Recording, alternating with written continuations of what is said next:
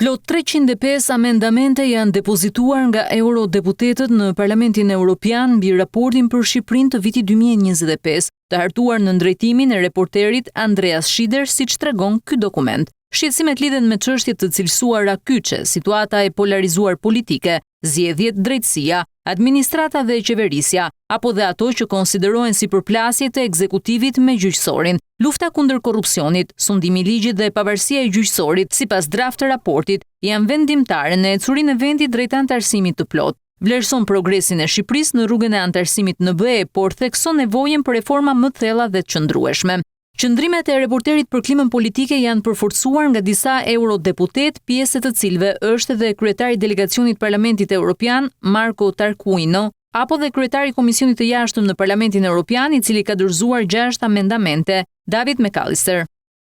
Shpreh shqetësimin për polarizimin e vazhdueshëm politik dhe diskursin politik konfrontues, të cilat dëmtojnë mbikëqyrjen parlamentare, besimin publik dhe funksionimin efektiv të institucioneve demokratike, inkurajon aktorët politik të riorganizohen me dialog konstruktiv parlamentar, duke siguruar që parlamenti të mbetet forumi qendror për debat dhe mbikëqyrje demokratike. Antarët e Partisë Popullore Europiane kanë dorëzuar 26 amendamente sipas një njoftimi të shpërndar nga zyra e Partisë Demokratike. Eurodeputetët bëjnë thirrje për zgjedhore gjithëpërfshirëse, depolitizim të administratës, luftë të vendosur kundër korrupsionit dhe transparencë të plotë në prokurimet publike, duke paralajmëruar se perspektiva e Shqipërisë drejt BE-s mbetet në rrezik pa këto ndërhyrje. Raporti i këtij viti vendos theks të veçantë mbi reformat socio-ekonomike dhe thekson rëndësinë kyçe të dialogut të mirëfillt social për të sjellë përfitimet e zgjerimit për të gjitha shtresat e popullsisë.